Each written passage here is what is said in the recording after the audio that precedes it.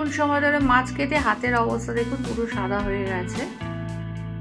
নমস্কার বন্ধুরা, বাংলা রাঁধুনি রান্না করে ফিরে এলাম আরো একটি নতুন পর্বে। নিয়ে চলে এসেছে বাজার, কাঁচা লঙ্কা, করলা, লেবু আছে।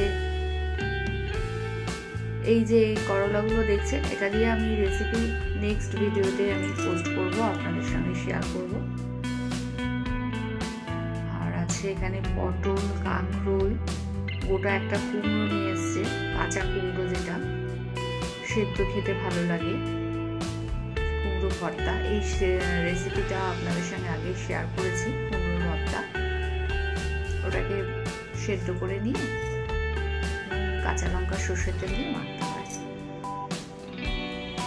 বেগুন, এখানে আছে পেঁপে আর আছে শাপলা। আজকে যত রাজ্যে ঝামেলার বাজার, তার সাথে নিয়ে এসছে এখানে পুঁটি মাছ, ছোট ছোট পুঁটি মাছ আছে, শোল মাছ। শোল মাছটা কেটে নিয়ে এসছে। তো পুঁটি মাছটা কাটতেই তো আমার আজকে 1.5 ঘন্টা লেগে গেল সময়। মাছটা কেটে আমার হাতের অবস্থা দেখুন পুরো সাদা হয়ে গেছে হাত। এবং মাছ কেটে নেব।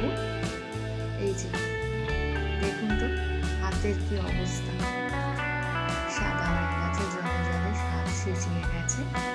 এই পুঁটি মাছ একটা একটা করে ধরে কানসাটা ফেলা আর পেটের পুঁটিটা ফেলা। পুঁটি মাছ তো একটু তেতো হয় না বলে প্রত্যেকটা মাছের আঁশ ছাড়ানো। আর মাছগুলোকে নুন হলুদ মেখে ভেজে নিচ্ছি। মাছটা ভাজা হচ্ছে, ওদিকে আমার কড়াতে আমার সর্ষে আর রাঁধুনি ফোড়ন দিয়েছি, দিয়ে দিচ্ছি তেল। আর শাপলাগুলো কেটে রেখেছিলাম, শাপলাগুলো এর মধ্যে দিয়ে দেবো। খুব অল্প তেল লাগে, কোনো বেশি তেল মশলা লাগে না। তো শাপলাটা এই সিজনে পাওয়া যায়, পোটেটো আছে, দুর্গা পুজোর পরে আর শাপলা খাওয়া যায় না।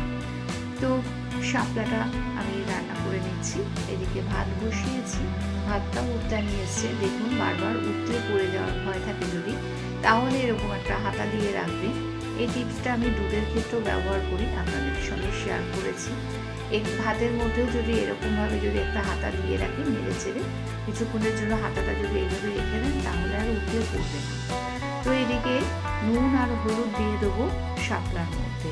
আর শাপলা রান্না করার একটা টিপস বলি, হাই ফ্লেমে শাপলা রান্না করবেন, তাহলে কিন্তু আর বেশি ওই জল বেরোয় না, আর সেদ্ধ হয়ে গিয়ে সেটা হবে না। আমি যখন শাপলা রান্না করি সবসময় হাই ফ্লেমে রান্না করি, তাহলে কি হয়, জলটা কড়াতে আর মানে ভর্তি হয়ে যায় না, সেদ্ধ হয়ে জল বেরোয়। যে হাই ফ্লেমে রান্না করি, এবার প্রথম অবস্থাতে হাই ফ্লেমে রান্না করে তারপরে নুনটা দেওয়ার পর যখন মজে যায়, জলটা তো তখনই বেরোয়, আর সেই সময় ফ্লেমটা এরকম হাই রাখতে হয়। আর তারপরে কিছুটা সময় সেদ্ধ হয়ে যাওয়ার পর আবার ওভেনে আমি ফ্লেমটা কমিয়ে দেবো। কমিয়ে দিয়ে এবার এটাকে নেড়ে চেড়ে নেবো। দেখুন একটুও জল বেরোয়নি।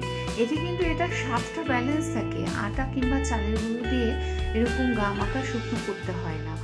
যদি হাই ফ্লেমে রান্না করেন তাহলে কিন্তু এই যে শাপলার একটা অন্যরকম টেস্ট থাকে, তো ওটা বজায় থাকে। আমি একটু সামান্য আদা বাটা দিলাম, একটু সামান্য মিষ্টিও দেব, তাহলে টেস্ট ব্যালেন্স হবে। আর এটার নিজস্ব কোনো স্বাদ নেই, এটা খেতে হয়, এটার অনেক উপকার আছে। আর এই সময় এই সিজনে যে কোনো সিজনের ফল সবসময় আমরা খাই, সবজিগুলো সেটা আমরা খাই। আর এই শাপলাটা এই সময় পাওয়া যায়, তাই এইভাবে রান্না করে খাবেন, একদিন ভালো লাগবে। এখানে আমার ওই শোল মাছের রসাটা হচ্ছে।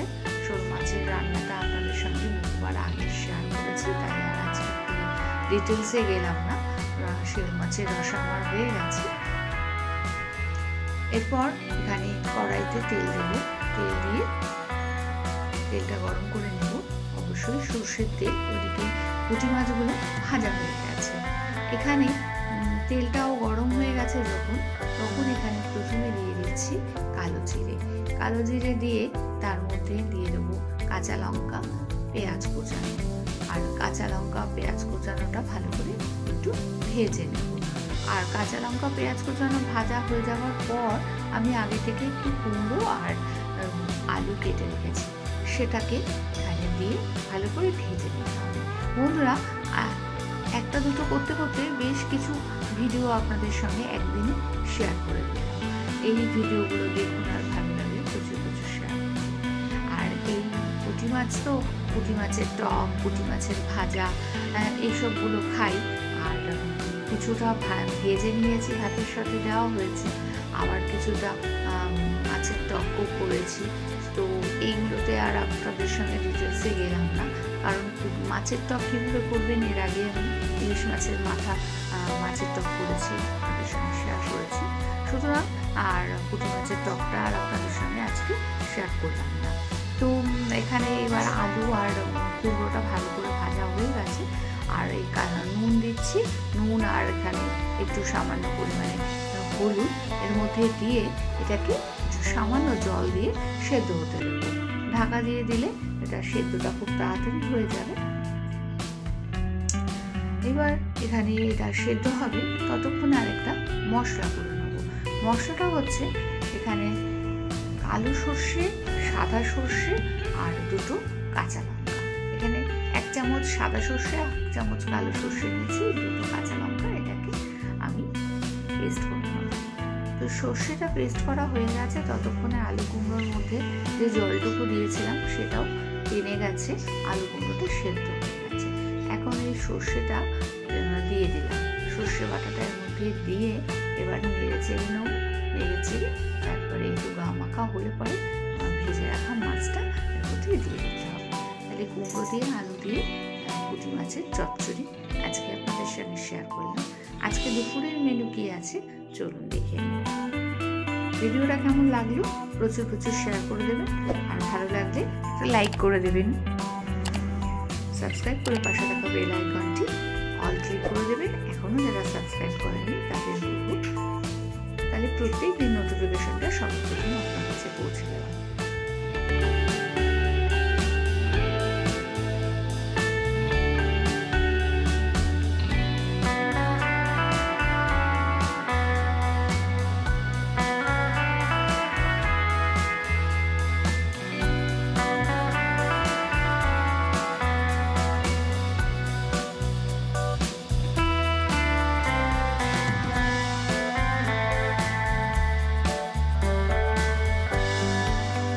দুপুরের মেনু সাদা ভাত, লঙ্কা, শাপলা আছে, পুঁটি মাছ ভাজা, তার সাথে পেঁয়াজ দিয়ে অনেকে খেতে পছন্দ করেন, আবার পেঁয়াজ ছাড়াও যারা খান তাদের যদি খালি খালি দেওয়া যায়।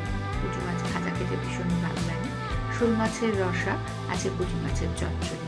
বন্ধুরা, আজ এই পর্যন্ত, ফিরে আসছি পরবর্তী ভিডিও নিয়ে। পরবর্তী সময় ভালো থাকবেন, সুস্থ থাকবেন, সঙ্গে থাকার জন্য ধন্যবাদ।